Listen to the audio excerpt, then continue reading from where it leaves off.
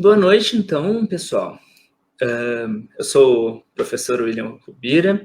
Convidado aqui estão o pesquisador Enad Eliton e o professor Ilmo. Nós temos como objetivo da live de hoje aproximar, então, a literatura do cordel e a poesia no ensino de ciências. Os professores convidados nos conhecemos num evento em Alagoas, né? Então, sem mais delongas, né, eu queria apresentar oficialmente, então, o professor Ilmo Ernesto Santos Júnior, né? Ele é bacharel e licenciado em Química, né, com tese de doutorado na área da Educação em Química, atualmente professor da Universidade Federal de Alagoas, no curso de licenciatura em Química do campus Arapiraca e nos programas de pós-graduação em Ensino de Ciências e Matemática, PPG-SIM, e pós-graduação em Educação, né, também pela UFAL.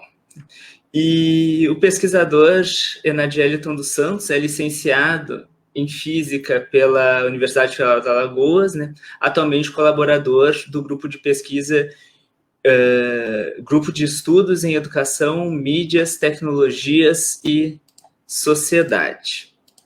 Então, como eu já havia comentado, então, os colegas vieram nos comentar, nos falar sobre seus interesses, sobre seus estudos, né, e pesquisas e recomendações sobre essa literatura. Então, nós iniciamos esse processo lançando algumas perguntas para começar a quebrar o gelo, para os colegas começarem a falar, se apresentar um pouco mais pessoalmente. E as perguntas vão nos conduzir até certo ponto. A partir desse certo ponto, nós utilizaremos as interações das pessoas que estão nos vendo, né? Então, podem mandar perguntas, podem fazer comentários, nos encaminhem, nós iremos passar todas essas perguntas para o nosso diálogo seguir. Temos a ideia de fazer um diálogo de 1 hora, não pretendemos passar disso, e em seguida, após isso, teremos também o vídeo compartilhado, né, pelas redes sociais. Então, gostaria de passar a pergunta para nossos colegas. Nós iniciamos com uma primeira pergunta que é para vocês nos contarem um pouco, né, sobre a história de vocês, de como chegaram a esse interesse pela literatura, né, pelo uso da literatura, cordel e poesia no ensino de ciências. Gostaria de passar, então, a primeira pergunta ao professor Enad Eliton, o pesquisador Enad Eliton, e aí depois a gente passa para o professor Wilmo. Professor? Primeiramente, boa noite a todos. Boa noite, professor Wilmo. Boa noite, professor William. É um prazer fazer parte dessa live, compartilhando sobre a literatura de cordel, suas potencialidades didáticas, né? Esse gênero que tem se proliferado pelo Brasil, pelo Nordeste. Mas como foi que eu cheguei a esta temática, né, que eu venho trabalhando desde 2017? Eu não conhecia a literatura de cordel, né? Eu passei a conhecer a literatura de cordel na faculdade, em 2017, quando o professor Ivanso, ele sugeriu na sala de aula para que nós fizéssemos uma microaula, né, os estudantes no estágio supervisionado 2. E essa temática, nós iríamos discutir cordel, jornal, cada aluno iria ficar com uma temática. E eu fiquei com a literatura de cordel. O professor Ivanso gostou da microaula e me chamou para participar do grupo Gentes, Grupo de Estudo em Educação, Mídias, Tecnologia e Sociedade. E desde 2017 para cá, nós estamos estudando muito sobre literatura de cordel, sobre as suas potencialidades didáticas e sobre o nosso cordel do Nordeste, nosso cordel nordestino. Perfeito. Eu conheci, então, eu e o professor Valmir, né, do grupo, conhecemos o pesquisador Enad Eliton numa proposta em parceria com o professor Ivanderson, né? O programa de pós-graduação participou do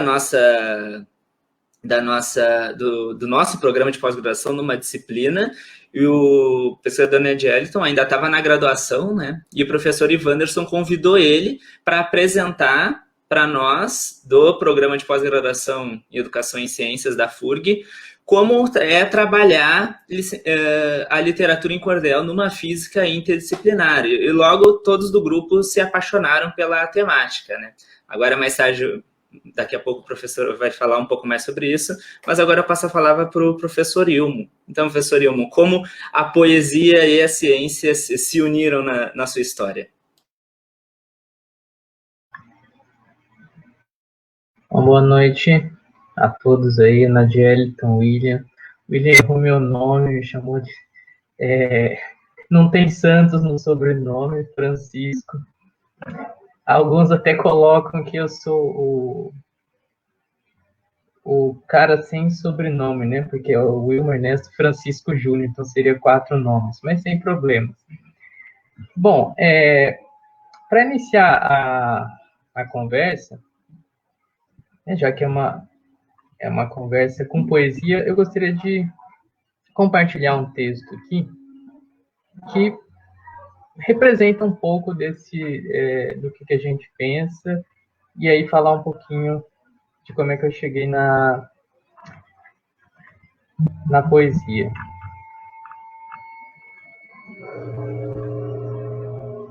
Este é um texto que eu escrevi já faz uns 2 anos, mais ou menos, né? É um texto que eu escrevi em homenagem ao Dia do Professor, e ele representa um pouco, de certa forma, o nosso pensamento, nosso percurso de estudo. Então, ele é intitulado Sou Professor.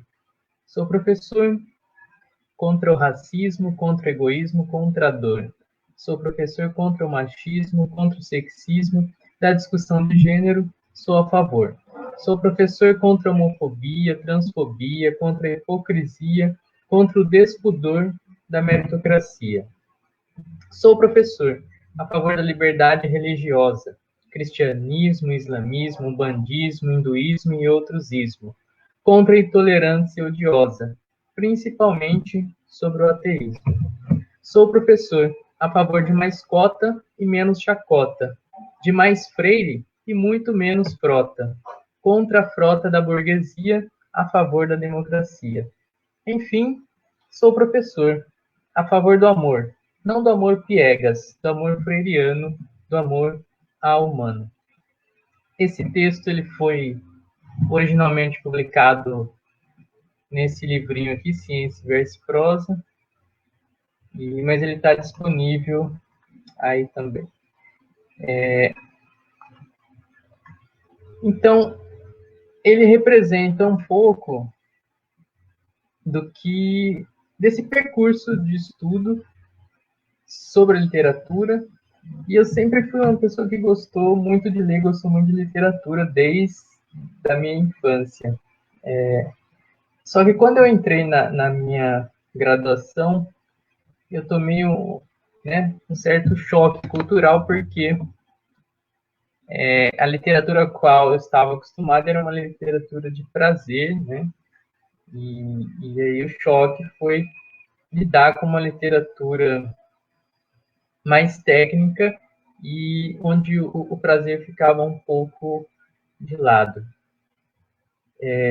Isso, durante a minha graduação, passou a me incomodar bastante, e foi quando eu comecei a atuar, né, como docente, eu comecei a pensar em trazer um pouco desse prazer dessa literatura para a sala de aula, e comecei a estudar um pouco, buscar referências, né, na literatura especializada, nos periódicos de ensino de ciências. Tomei contato com algumas publicações, alguns grupos que trabalhavam com a literatura em sala de aula. E a minha tese de doutorado, por exemplo, teve como tema leitura. Foi a leitura do modo geral, não especificamente a literatura, incluía a leitura de artigos científicos, por exemplo, mas foi sobre a leitura e ensino de química. E aí a poesia eu também sempre gostei de ler e de me arriscar a escrever algumas poesias. E depois, já como professor universitário, eu fui, de certa forma, provocado por um estudante a a escrever algumas poesias relacionadas à ciência. E aí eu pensei, por que não? Então, arriscar um pouco esse caminho, e também passei a ler alguns autores que escreviam, né, poesias sobre ciência, ou uma literatura um pouco diferenciada, a literatura de fantasia, a literatura de ficção, que a gente encontra também muitas questões ligadas à ciência. Então foi mais ou menos nesse percurso aí do interesse pela literatura, pela poesia, pelo poema, e depois esse gosto pela escrita, e aí estamos tentando fazer alguma coisa. Vou mudar um pouquinho a pergunta, porque a gente vai chegar nela um pouco mais no final, e eu vou passá-la para vocês da seguinte maneira: como vocês vêm utilizando, né, a literatura de cordel e poesia nas aulas de ciência, e que tipos de pesquisas vocês a literatura de ciências? Professores e pesquisadores, né? Vou passar essa vez, então, vou trocar a Professor Wilmon, por gentileza, você pode responder a pergunta do colega William, que ele está com problemas no áudio, né? Mas pode dar continuidade à live. A gente pede desculpas a todos os interlocutores. Okay. A gente está com problema no áudio do nosso colega, tá ok? Boa noite, pessoal. Sou o professor Valmir, que estou na retaguarda tecnológica aqui, tá bom? Certo. Vocês me escutam? Estão me escutando? Sim. Ok. Essa pergunta sobre o uso, ela é esse é o grande desafio, né? Em termos pedagógicos, há várias possibilidades. A primeira questão que nós temos que ter em vista é que se trata de uma produção artística e que, portanto, ela pode produzir diferentes sentidos e provocar diferentes reações. Então, uma das potencialidades pedagógicas reside justamente aí, que é nessa possibilidade de como uma produção artística, o poema, no caso, mas pode ser a música, pode ser um outro tipo de gênero artístico, mas especificamente o poema, ele pode provocar no sujeito, ou nos estudantes, nas pessoas, reações do ponto de vista emocionais que podem ser combinadas por um estudo mais sério para reações do ponto de vista cognitivo. Então, a primeira potencialidade reside justamente aí, em em provocar o sujeito, provocá-la no sentido das reações, das sensações, para que isso gere pensamento e consequentemente, né, a aprendizagem. Então, essa é uma questão bem importante. O sujeito só aprende se ele for provocado ou desafiado, em oposição a um ensino mais transmissivo que a gente combate. Uma outra grande potencialidade é justamente como nós estamos unindo uma outra produção, um outro tipo de área do conhecimento ligado aí à língua, por exemplo. Nós temos potencialidades no ganho da própria capacidade de interpretação textual, de leitura do estudante, e com uma potencialidade para construção de argumentação e questões mais ligadas à língua em si, no caso, a língua portuguesa e a literatura.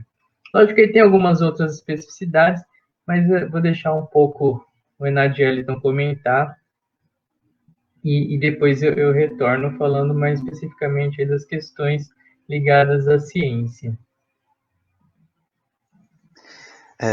Bom, né? Diante das nossas pesquisas sobre literatura de cordel, a gente conseguiu encontrar nele um ótimo potencial. Porque, primeiro, né, o cordel não é uma literatura ingênua, ela sabe muito bem onde quer chegar, ela sabe muito bem a quem quer atingir.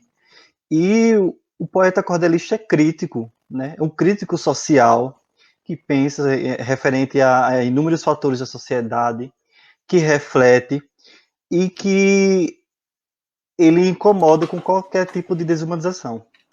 Então a gente já tem aí um ponto forte. Outra coisa, que a literatura de cordel é caracterizada como fonte de informação, né? Por exemplo, nos lugares onde a TV e o rádio eram escassos, se não raros, as pessoas sabiam das notícias por meio da literatura de cordel. E esse gênero literário como fonte de informação foi levado tão a sério que as pessoas chegaram a acreditar nas notícias apenas por meio da literatura de cordel. Houve noticiário, por exemplo, de quando o homem pisou na Lua pela primeira vez, e mesmo assim, as pessoas só acreditaram quando essa notícia foi virada em cordel. Outro ponto forte, outra característica muito forte da literatura de cordel, é em relação à alfabetização. Né? As pessoas elas se alfabetizavam por meio da literatura de cordel. Né? Acontece que os migradores da zona rural, eles iam para a cidade, compravam os folhetos de cordéis, como era chamado antigamente, e mesmo sem saber ler, né, eles pediam para outras pessoas lerem os textos, poemas de cordéis, e eles ficavam imaginando, tentando produzir por meio de rimas, porque as rimas elas têm facilidade, a métrica poética que depois eu vou falar, elas têm essa facilidade de ficar na nossa cabeça, é o ritmo. A leitura de cordel, apesar de ser escrita, ela dá ritmo, ela dá sonoridade, ela dá musicalidade. Então, a literatura de cordel, ela tem essa característica de fonte de informação, de formação e de alfabetização. Se a literatura de cordel tem todas as características, então eu posso usar, sim, essa ferramenta, esse gênero literário, para divulgar a ciência e para questionar os conceitos científicos.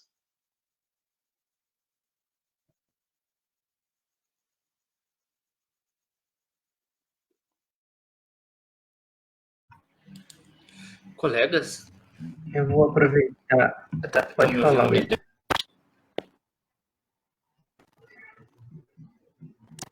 Acho que sim.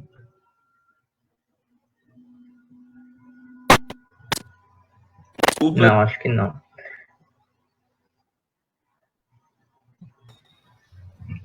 Bom, vou aproveitar isso que o Enad Eliton comentou, que ele falou da literatura de cordel, primeiro em relação a essa capacidade informativa e formativa dela, e depois ele finalizou comentando sobre a possibilidade da literatura em provocar questionamentos. E aí, pegando a carona, né,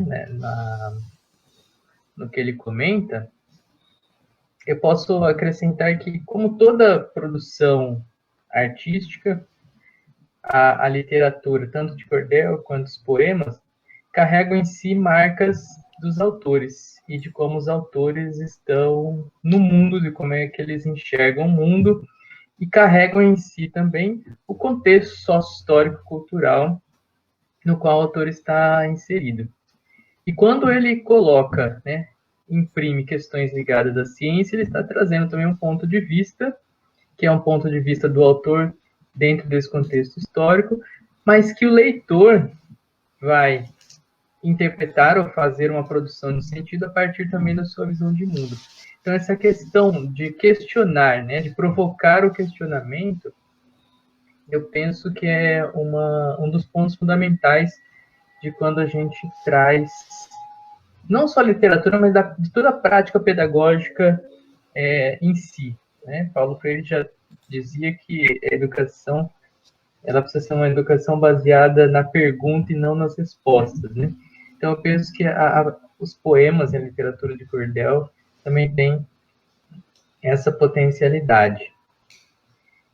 E aí, quando a gente vai especificamente falando do ensino da ciência, então, o que nós não podemos perder de vista é o seguinte: é muito difícil você colocar os conceitos científicos, teorias, modelos que às vezes usam representações do mundo abstrato, numa literatura. Então, o que acontece é que nós colocamos ali marcas, ideias resumidas que estão dentro de uma forma, que é a forma do gênero literário. Embora em alguns tenham um padrão mais rígido, em outros não, mas há uma síntese, né? O que a gente tem é uma síntese de ideias, de teorias, de conceitos. Então, a primeira questão é essa. Essa síntese, ela é ao mesmo tempo uma grande potencialidade, porque ela pode provocar a reação, pode provocar o questionamento, mas ela também, a gente tem que olhar com bastante atenção para essa síntese, porque nós precisamos ir além disso. Não dá para imaginar o poema ou a poesia em si como carregando todos os conceitos, todo o arcabouço teórico em si.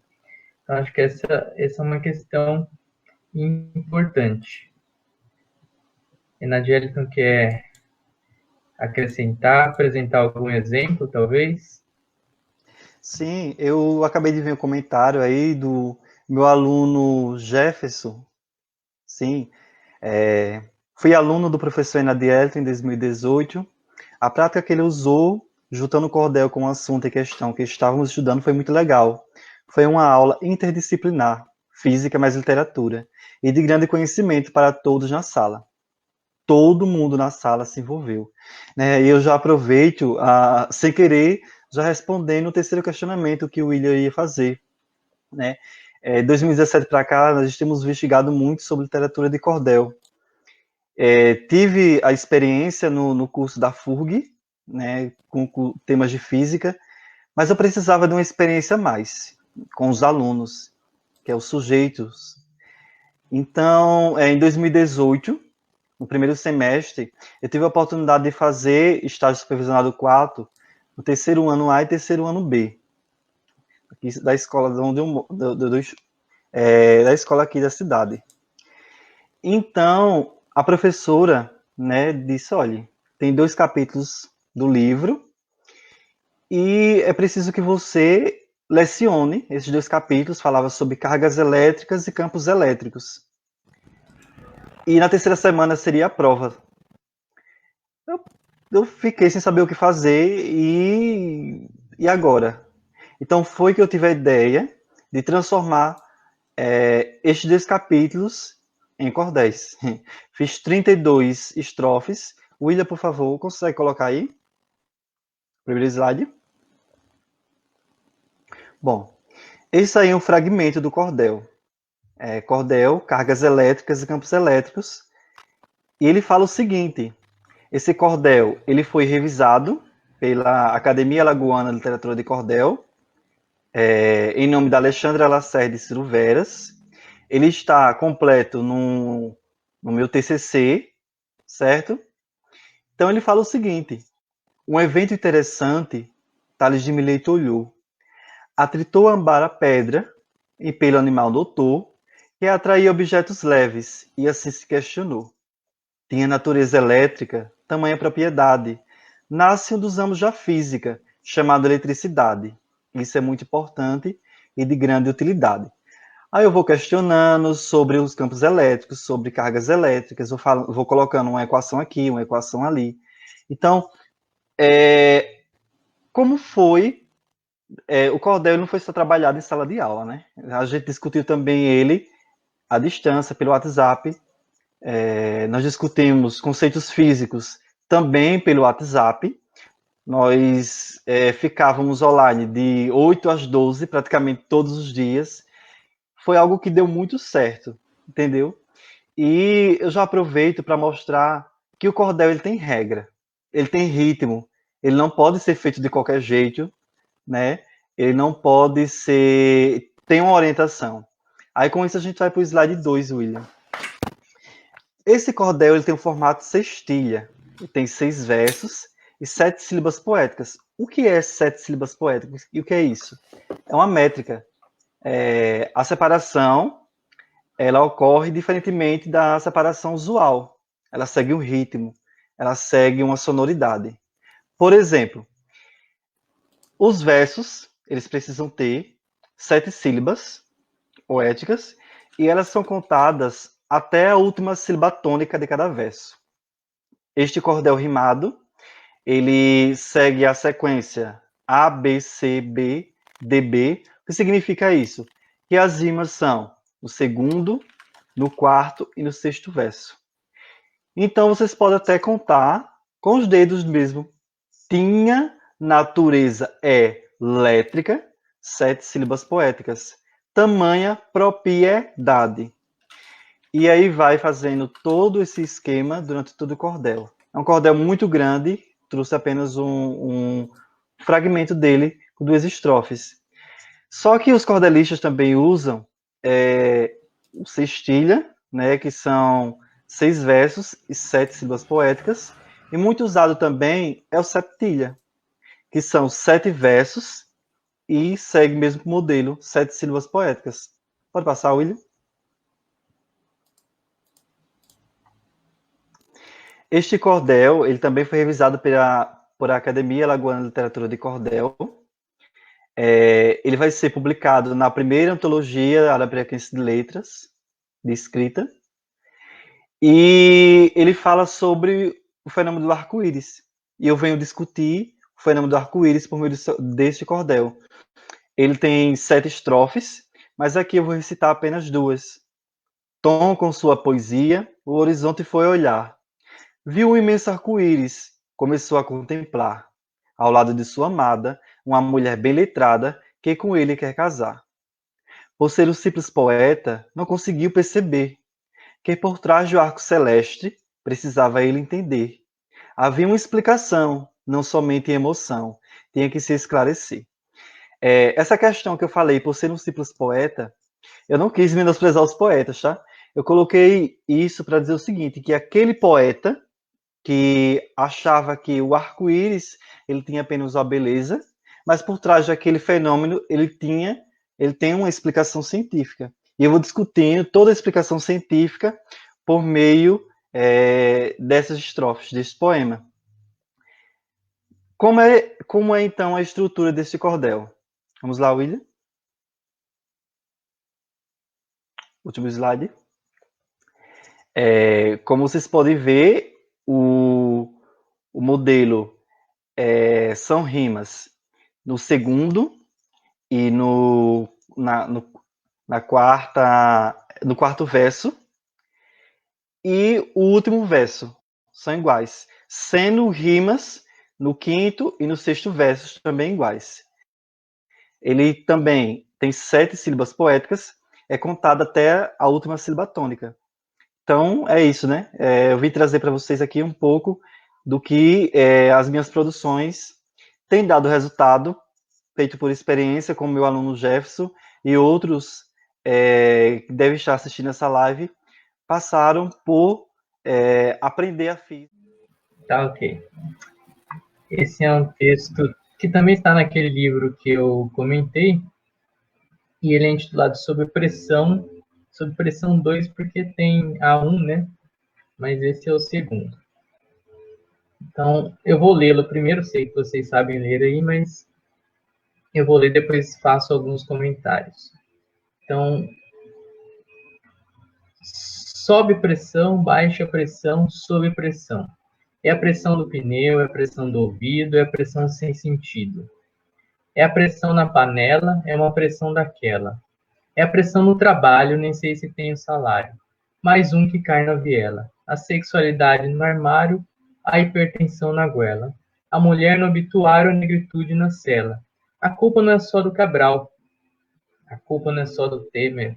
A culpa é do Boyle, que sem mais ou menos, e muito mais que um instante, inventou que o produto da pressão pelo volume resultaria uma constante. PV proporcional a K. Inversamente proporcionalmente. Ou, em outras palavras, o volume do dinheiro diminui, a pressão do cabra aumenta. A pressão aumenta no cabra, o volume do membro peniano despenca. Aí, meu caro Robert, tenha dó. Não há dinheiro pro Viagra que aguenta. Sou eu mais um só, escrevendo palavras e querendo um xodó, para diminuir a pressão, a fim de evitar o último paletó. Então, veja, não há uma métrica como uma métrica definida, mas tem a questão da musicalidade também envolvida. E eu queria fazer um destaque o seguinte, no início, então, a gente vai chamando a atenção para alguns aspectos relacionados à pressão, né? Sobe pressão, baixa pressão, que estão ligados à variação dessa ideia, desse conceito, né? Como é que ele varia, então ele pode subir, abaixar, ele vem trazendo algumas dessas questões para chamar a atenção sobre o comportamento dessa variável de estado aqui. E aí, quando a gente tem a pressão do pneu, a pressão do ouvido, a pressão na panela, né? Pressão sem sentido, uma pressão daquela, pressão no trabalho. Então, a ideia, né, vai trazendo várias ideias de pressão, algumas não científicas, por exemplo, pressão no trabalho, pressão que a gente sofre, enfim, que são ideias de pressão não relacionadas propriamente à ciência, no caso, à física e química, mas que são usadas corriqueiramente. Ao mesmo tempo, nós temos as ideias científicas aqui. Então, ilustrando a questão de uma das potencialidades pedagógicas aí, é justamente trazer essa profusão de sentidos para que a gente possa iniciar um debate e depois trazer as questões mais científicas, como a variação da pressão e como é que essa pressão varia. E aí a gente tem, então, no final dessa primeira parte aqui, a culpa é do Boyle. Então, quem foi o Boyle? Robert Boyle, né, o cientista britânico, que fez um clássico, junto com colaboradores, né, mas ele publicou um clássico experimento em que ele investigou como é que a pressão de um gás, como é que o volume de um gás variava conforme a pressão, e por isso que tem o Boyle, que tem mais ou menos, em muito mais do que um instante, é uma referência à necessidade do tempo para a produção do conhecimento, e o inventor também é proposital, porque os conceitos, eles são criados, né? Os conceitos, as teorias são criações humanas, portanto, suscetíveis a falhas, e que carregam as marcas do ser humano, como criatividade, persistência, enfim, e outras questões. Então, aí o que a gente tem, o produto da pressão pelo volume é uma constante, ou seja, pressão e volume são inversamente proporcionais. O aumento da pressão provoca uma diminuição do volume e vice-versa. E aí, quando a gente pensa, mas veja que a gente tem ao menos 30 anos de debate científico resumido num pequeno texto. Então, quando a gente pensa nesse uso para a sala de aula, nós vamos trazer essas questões para a discussão, problematizar esse confronto de ideias entre o que é também mais cotidiano e o conceito científico, e aí trazer, então, a discussão da ciência na interpretação do poema. Mas aí eu gostaria de salientar o seguinte, no caso, a gente está entendendo como um ponto de partida, porque depois disso, nós podemos lançar mão, por exemplo, de alguns experimentos relacionados nesse caso específico, a pressão e volume. Tem um clássico experimento da seringa, que é muito fácil, né? Se a gente, segurando a extremidade e apertando o êmbolo, estamos exercendo uma força, aumentando a pressão, o volume de um gás é comprimido. Então, a gente pode lançar mão de outras ferramentas que venham a somar nessa discussão. E caminhando aí do ponto de vista... Pode falar. Não, assim, ó, eu fico curioso, né? Desculpa, eu estou me intrometendo aí na live, mas nós tivemos um problema técnico com o nosso colega William, né? E aí eu fico curioso, né? Nós estamos numa época de pandemia e fico muito encantado com as produções, porque, de certa forma, a produção do cordel, da poesia, do poema, me parece que é uma forma do sujeito falar, né? Do sujeito expressar sentimento, do sujeito poder expressar tanto questões da ciência, mas também questões da política, enfim, né? Como é que vocês enxergam agora a questão da poesia, do cordel, nesse momento em que nós estamos na pandemia, em relação a escutar os estudantes, né? Como é que vocês visualizam isso? Essa percepção de que estes artefatos pudessem ser formas de escutar os nossos estudantes. Desculpa eu intrometer, mas eu gostei muito da prosa. Bom, essa é uma... Primeiro, acho que eu comentaria o seguinte, né? Como toda produção artística, ela dá vazão, sim, a sentimentos, às emoções. E essa, quando eu comecei falando da questão da potencialidade pedagógica, é uma das grandes potencialidades pedagógicas, porque a gente entende que quando o sujeito, né, tem um conceito da psicologia, que é o conceito de catarse, que inclusive Vygotsky usa em algumas de suas obras, principalmente quando ele discute essa questão da produção artística. A catarse é justamente essa profusão de sentimentos que o sujeito se depara quando ele se depara com alguma situação.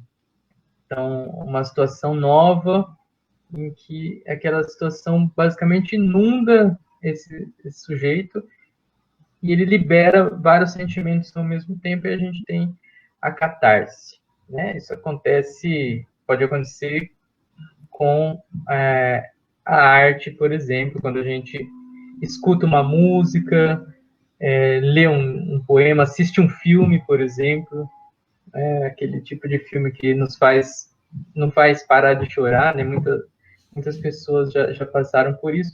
Então, ali a gente tem essa ideia de catarse ocorrendo. E aí, nesse momento, eu acho que, no caso, a arte, de modo geral, ela é uma forma de dar vazão para todo esse momento. E aí tem uma pergunta aí, se o professor, então, deve virar um poeta também.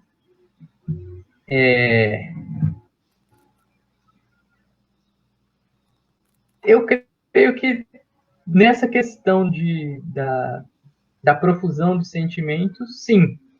Não vamos falar de uma produção restritamente artística, mas dessa questão de considerar os aspectos emocionais envolvidos, né, na prática pedagógica, é uma questão importante, sim. E a gente descobre entre os estudantes muitos com aptidão para as artes, seja para a escrita, literatura, a própria poesia, seja para a música, para as histórias em quadrinhos. E acho que é uma forma também de liberar essa criatividade dos estudantes e investir numa coisa que eu sempre digo, no processo de criação. O processo educativo é um processo de criação também, não só de reprodução. Então, é uma questão de inverter um pouco o papel. E aí, talvez, sim, por que não a gente provocar os nossos estudantes ao invés de levar? Lógico que a gente pode levar um poema, um cordel, uma música pronta, mas a gente pode provocar essa produção também. E aí é uma forma. E dentro desse contexto atual, acho que então, a arte ela pode ser empregada aí para dirimir as angústias, os nossos anseios, né? Então, para relaxamento, enfim, para o prazer mesmo. E aí é uma das questões que eu vejo com bastante potencial também para a sala de aula.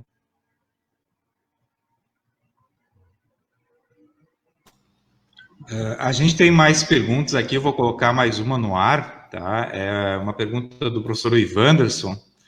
Gostaria de saber como trabalhar com os cordéis em sala de aula, quais as melhores experiências, análise de poemas, a produção de poemas, a distribuição de poemas já prontos para que os alunos pesquisem sobre o tema. Como é que vocês sugerem alguma sequência com esse trabalho pedagógico? Vocês têm alguma sequência que vocês seguem? Está mais no enfoque da produção ou da análise? Como é que vocês sugerem esse trabalho, tanto com cordel como com poema, poesias, em sala de aula? Essa é mais ou menos a pergunta do colega Ivanderson. Já emendando no seu questionamento anterior, Valmir, você falou sobre a escuta, né? É muito importante você escutar os alunos. E a experiência que eu tive no estágio supervisionado, eu trabalhei justamente essa escuta, né? Eles estavam super tensos em relação à prova.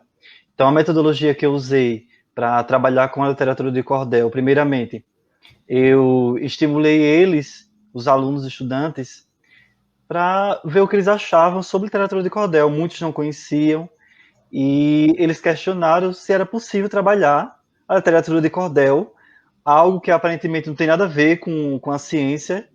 Então, eu escutei eles, né? Eu questionei eles. E quando eu levei a literatura de cordel, os poemas, para a sala de aula, fizemos uma roda de conversa, recitamos os cordéis, os próprios alunos recitaram os cordéis, e à medida a gente ia parando, as estrofes e explicando o conteúdo, a equação, como ela deve ser usada, o experimento possível para aquele fenômeno. Então, a literatura de cordel ela não pode ser trabalhada de forma desordenada, de forma sem direção, ela é unidirecional. Ela sabe muito bem aonde quer chegar. Então, a literatura de cordel no ensino de ciências, em especial da física, ela tem que ser trabalhada com uma direção. Lê um estrofe, fala sobre princípio da repulsão e quando as cargas se atraem e princípio da repulsão e da atração. Mostra um experimento, né? Vamos parar esse estrofe, vamos trabalhar esse experimento. Tem aquela equação lá. Então, aquela equação ela pode ser dada de acordo com exercício tal. Então, ela deve ser trabalhada dessa forma. É assim que se gera o aprendizado, é assim que se gera a construção do conhecimento. Bom, eu vou colocar aqui mais uma questão, né, mais acho que é uma constatação para vocês. Infelizmente, a escolarização ao longo dos anos vai calando os estudantes. Eles são tolhidos de sua criatividade para textos e imagens, né? Acho que é uma crítica ao contexto da criatividade, né? E aí eu gostaria de escutá-los em relação a isso, como vocês têm observado que os trabalhos de vocês podem contribuir para exatamente o papel contrário, né, de estimular a criatividade em sala de aula, né? Como é que são as experiências de vocês nesse sentido? Eu acho que o Wilmo tem trabalhado bastante na graduação, né, Wilmo? Você talvez possa nos contar um pouco como é que é esse teu trabalho com a poesia, com os poemas dentro da graduação, e depois nós passamos para o Nagélito para falar sobre essa questão dentro do contexto da educação básica.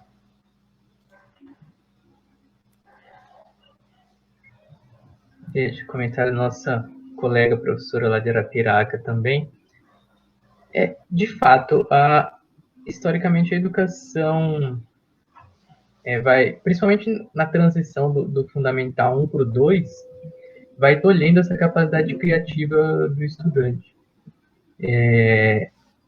Eu tive uma experiência, por exemplo, durante a minha tese de doutorado, em que a partir da leitura de um livro, foi um livro, inclusive, do professor Ático Chassot, que discute a questão da produção científica ser basicamente masculina, né? Um livro bem famoso, A Ciência Masculina e a Ciência Senhora.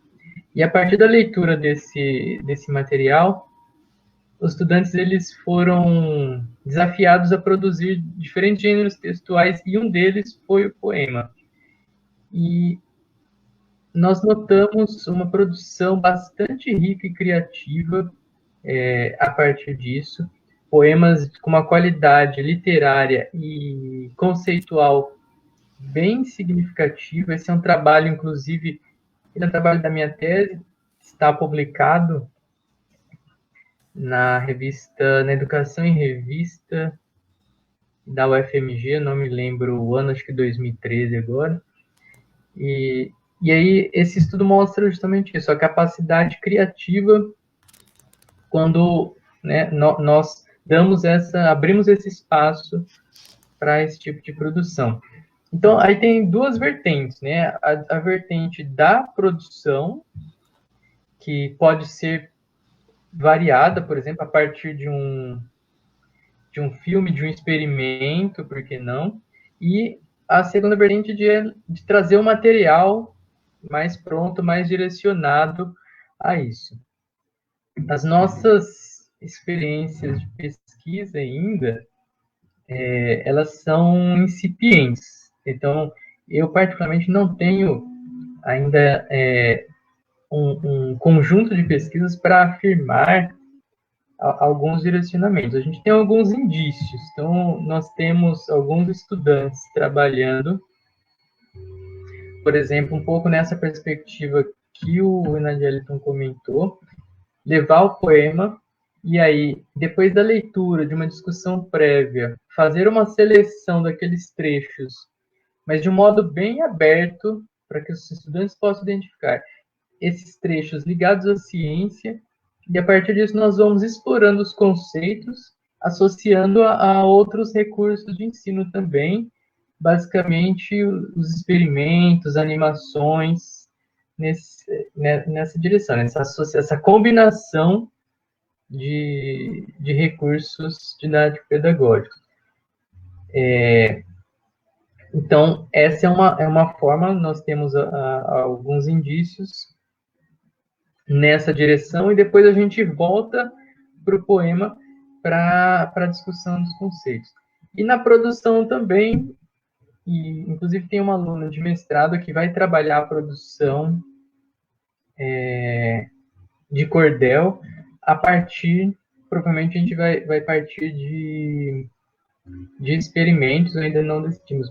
Mas em termos de pesquisa, a gente tem esses indícios. De fato, quando você abre essa oportunidade, você abre o espaço para criação, para criatividade, e acho que isso é muito importante, porque isso vai cair lá no começo do que eu destaquei, do envolvimento do sujeito, primeiro pela questão emocional, e aí você tem um envolvimento de comportamento, porque ele vai se engajando na atividade, para a gente chegar na própria aprendizagem, no envolvimento da cognição. Então, acho que eu vejo essas duas vertentes que a gente pode pensar: trazer o material pronto ou instigar essa produção, e acho que as duas são válidas e são campos de investigação abertos, porque nós temos poucos trabalhos nessa direção. Pelo menos no ensino de ciências, né? Nas artes, talvez a gente encontre um pouco mais.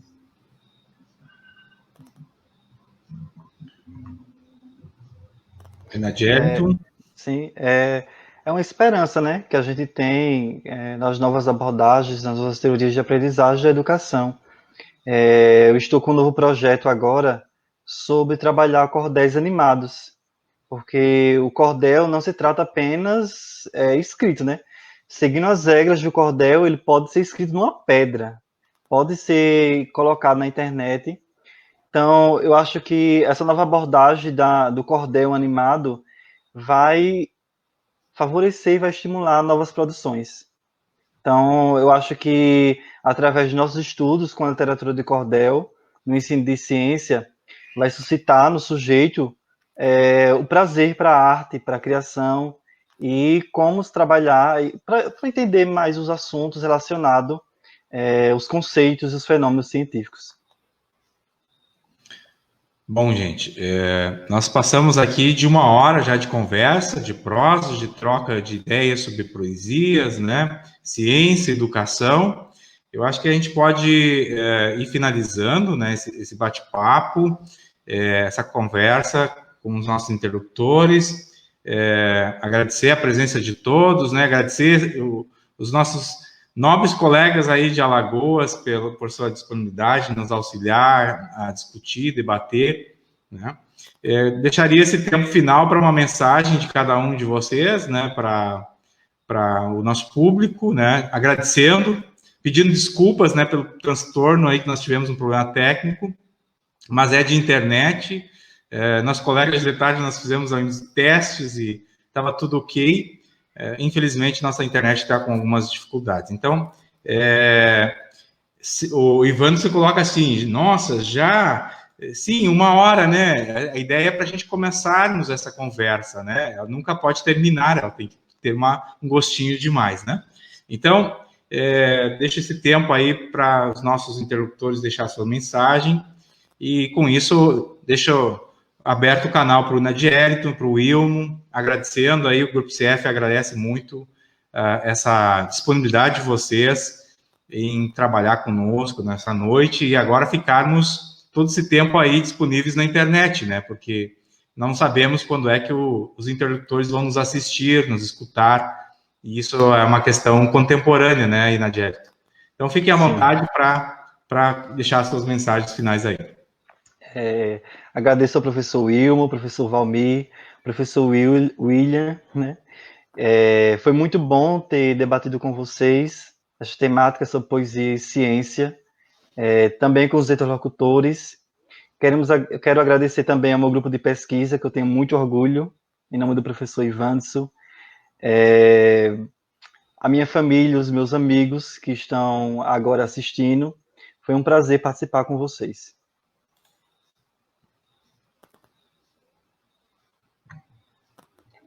Agradecer também aos colegas aí pelo convite para essa conversa, né? Acho que é um tema, ainda mais nesses tempos, que é um tema interessante a gente debater e conversar. E só para o William, antes dele cair, ele tinha feito uma pergunta de indicação. Tem 2 autores que eu gosto bastante, que tem algumas produções nessa linha de poema e ciência. Um é um português, o pseudônimo é Antônio Gedeão, né, Rômulo Vaz de Carvalho. Ele tem um livro, vários poemas deles a gente pode encontrar pela internet, ele tem várias produções. E tem um poeta brasileiro também, Augusto dos Anjos, poeta paraibano, né, no interior da Paraíba, que publicou um único livro em vida, mais famoso, aquele... alguma coisa de um vencido, me fugiu o título do poema agora, ele inicia, sou filho do carbono, do amoníaco, mas ele tem outros poemas que relacionam a ciência, então fica a dica aí também, para quem quiser ter um pouco mais de acesso.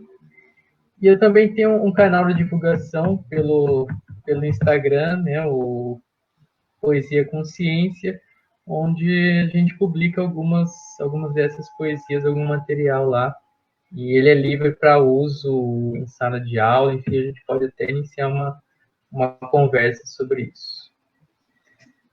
No mais, agradeço a todos.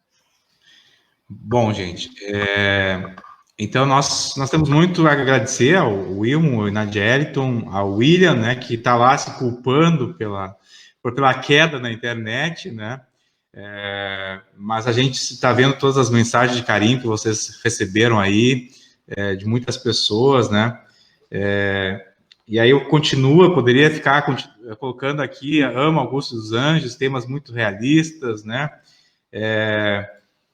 excelente temática, gostei muito dessa visão e possibilidades pedagógicas. O professor Herbert Elias é um professor visitante aqui na nossa universidade, ele é da Venezuela. Então, só para vocês observarem o alcance que tem as lives, nesse processo que também é muito importante, não só para a pesquisa, mas também para as parcerias, né, que nós precisamos estabelecer, porque nós aqui no Rio Grande do Sul temos muitas as prosas numa literatura mais gauchesca, né? E quando a Enadielton nos desafiou a criar nossos primeiros cordéis aqui numa disciplina de pós-graduação online, né, sem que a gente pudesse se perceber assim, geograficamente próximos, então nós fomos desafiados com essa temática e vejo como essa temática ela vai conquistando pessoas, né, e aqui, colocar aqui o que o Wilmo coloca, Poesia e Consciência, né, que é o Instagram, né, professor?